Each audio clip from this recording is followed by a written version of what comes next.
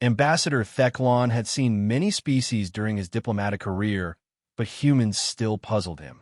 They were soft-skinned, fragile creatures who somehow commanded respect throughout the galaxy. The female sitting across from him at the negotiation table, Ambassador Rebecca Martinez, bore a jagged scar running from her left temple to her jaw, marring what would have otherwise been pleasant features. Perhaps, Theclon said with barely concealed disdain, your species should invest more in medical technology. That facial damage could have been easily prevented with proper shielding during whatever industrial accident caused it. The other human delegates exchanged glances, but Martinez simply smiled. It wasn't an industrial accident, Ambassador. This is from my basic education. Theclon's mandibles clicked in confusion. His own species, the Velthari, prided themselves on their advanced educational systems. Virtual reality chambers where young minds absorb knowledge in perfect safety. I don't understand. What kind of primitive schooling system injures its students? Earth's, Martinez replied simply. Specifically, I got this during my high school chemistry practical when I was 16. We were synthesizing compounds in an actual laboratory, and my reaction vessel shattered. Hot acid caught me across the face. The Velthari ambassador recoiled. They allowed children to handle dangerous chemicals? Without proper safety protocols? Oh, we had safety protocols, Martinez laughed. Goggles, gloves, fume hoods. But accidents happen when you're working with real materials under real conditions. That's the point. Dr. Yilnara, the Centaurian education minister present at the trade summit, leaned forward with interest. Her species educated their young through neural downloads, safe, efficient, foolproof. Surely this, not at all, said Martinez. Every human child spends years in laboratories, workshops, and field environments. We handle live electrical circuits in physics class, work with power tools in technical education, dissect preserved specimens in biology. My younger brother nearly lost a finger in woodworking shop. My sister broke her arm during mandatory physical education. The alien delegates stared in horror.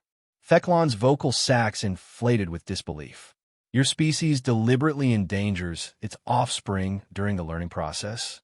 We prepare them for reality, Martinez corrected. Tell me, Ambassador, how do your people react when they encounter their first real emergency? When their virtual training meets actual chaos? Theclon's silence spoke volumes. The Velthari had a notorious reputation for freezing during crises, despite their extensive simulated training. Martinez continued, this scar represents something your education systems can't teach.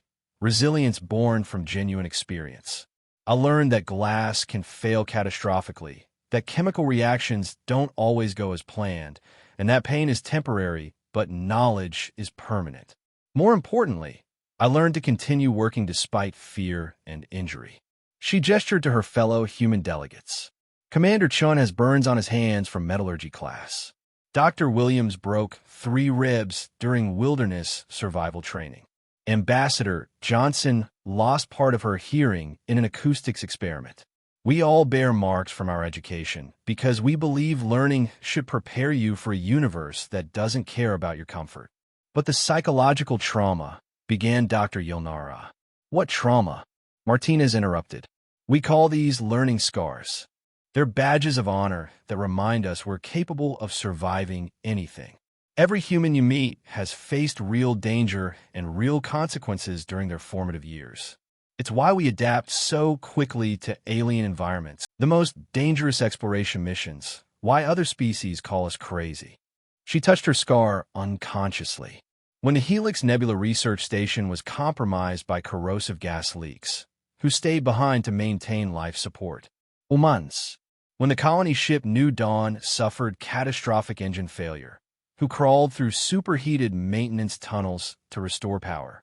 Humans. We don't freeze in emergencies because we've been handling dangerous situations since childhood. Theclon found himself reassessing every human he'd ever met. Suddenly their reputation for reckless bravery made sense. They weren't fearless, they were simply prepared.